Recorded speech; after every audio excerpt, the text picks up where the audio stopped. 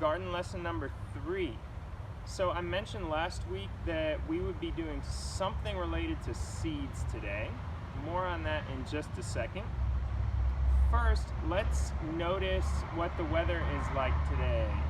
You can probably see it's not so sunny right now. It's a little cloudy.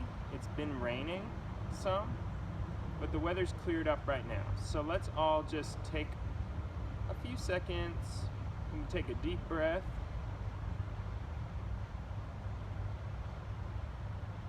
And just like we did last week, let's notice a few things around us. We can notice the sounds and notice how the temperature feels. Does the air feel cool, warm, dry, maybe a little damp?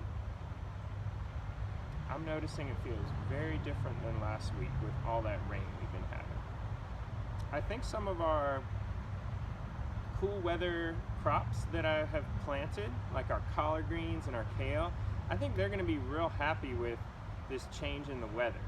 But we've still got some summer crops in the garden, as I was saying, that are making seeds. So after a plant is done growing, at the end of its life cycle, it makes seeds so that it can grow more plants. We've talked about that before in years past.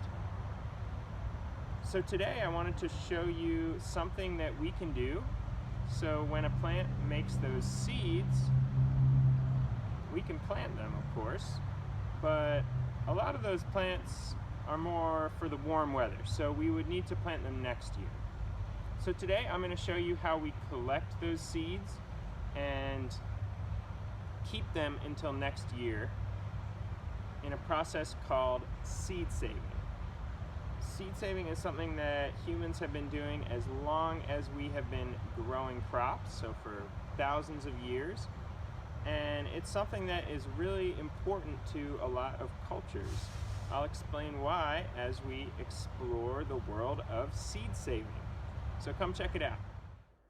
So you can see right now in the garden, we have different kinds of crops. We've got flowers, fall vegetables, and some summer vegetables that are making seeds.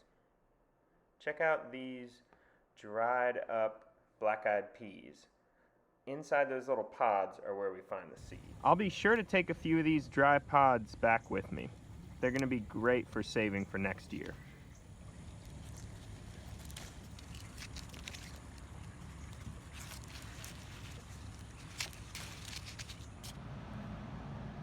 We can also save seeds from these dried up okra pods. We can find them by just opening the pods up like this. And not all seeds can be found in pods. These zinnias make seeds right where the middle of the flower was after the flower dies. So it's pretty easy to actually save the seeds.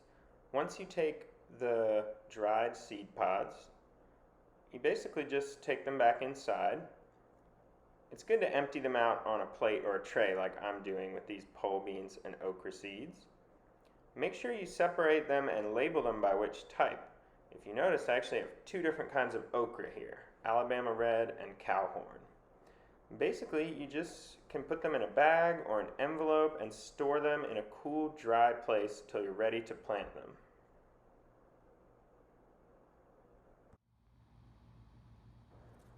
So we can see how seed saving is a fun and useful thing for gardeners like us. But in the past, seed saving has actually been a means of survival for some people. You may have heard of the Trail of Tears. So these pole beans that you see have a special name, and they are called Cherokee Trail of Tears beans. That's because these beans were first grown by the Cherokee people who lived in the southeastern states, so part of Alabama, Georgia, Tennessee, places like that. And in the middle of the 1800s, the United States government forced the Cherokee people off of their land and made them march west all the way to Oklahoma to a new territory. And a lot of people died in this brutal march across the country. But some of the people in the Cherokee Nation hung on to some black bean seeds so that they could nourish themselves and grow food for themselves in their new place. So it was a way that they have survived and continue to survive to this day. So those beans are still available to keep planting. So this week I invite you to try a little bit of seed saving of your own. So if you're able to go out to your school garden with your teacher, maybe y'all can pick some of these dried peas or other seeds that you see and save them as a class. You have my full permission to pick any dried seed pods from the garden. If you're at home, you can take a walk around your neighborhood or see if you can find any seeds close to your home. Sometimes if you look under a tree, you'll see some seeds that have fallen. They might look like little round spiky things or just little hard round balls. But don't worry, because even if you can't get outside to find some seeds, you can save seeds from fruit you might eat. So if you have an orange or an apple, even from school lunch, you have Mr. Tom's permission to save a seed, but you have to put it away and label it. So if you saved it from an apple, you have to write apple seed and then write the date and put it away somewhere in a bag or an envelope. Then maybe next spring you can try planting it and see what happens.